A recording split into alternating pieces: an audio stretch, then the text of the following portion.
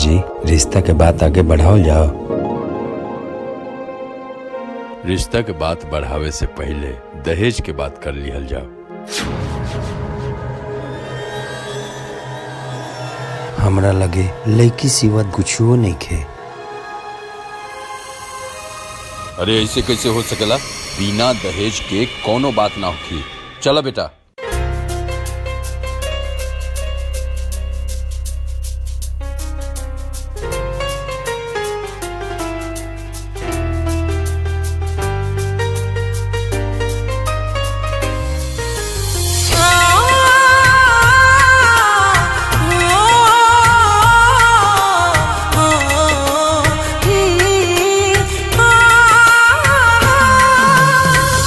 किस्मत में हमानी के प्यार ना रहे, विधनों के शायद स्वीकार ना रहे।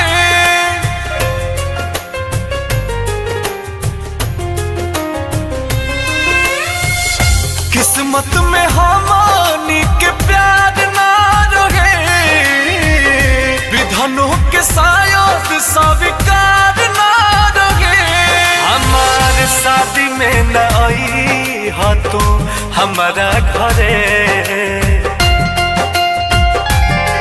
जब साथ देवे के ना रहे तब प्यार काहे के कैला तू। पल पल तड़पे दिल आह भरे, काहे हमरा से दूर हो गइला तू। जब साथ देवे के ना रहे।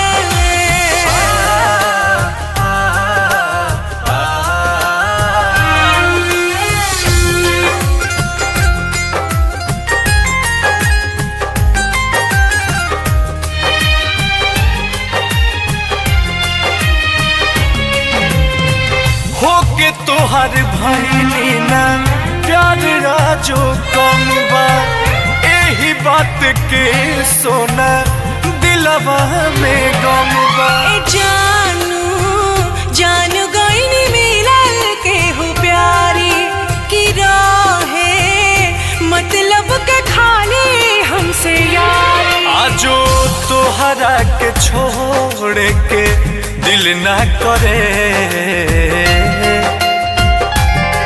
जब साथ देवे के ना रहे तब प्यार काहे के कैला तू।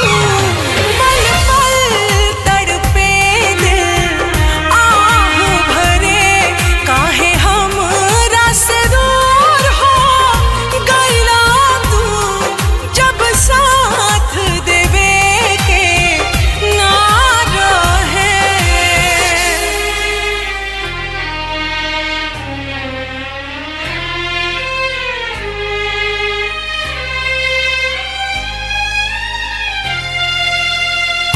दुनिया लुटल मोर फुटल बा नसीब हो, ना तके हो तोहरा से रहे ना करीब हो। कलेजा बतिया तोहार गोली दागे, ए राजा अंकुश न माना बापा लागे। बड़ी होला अफसोस बोस जिए की मरे।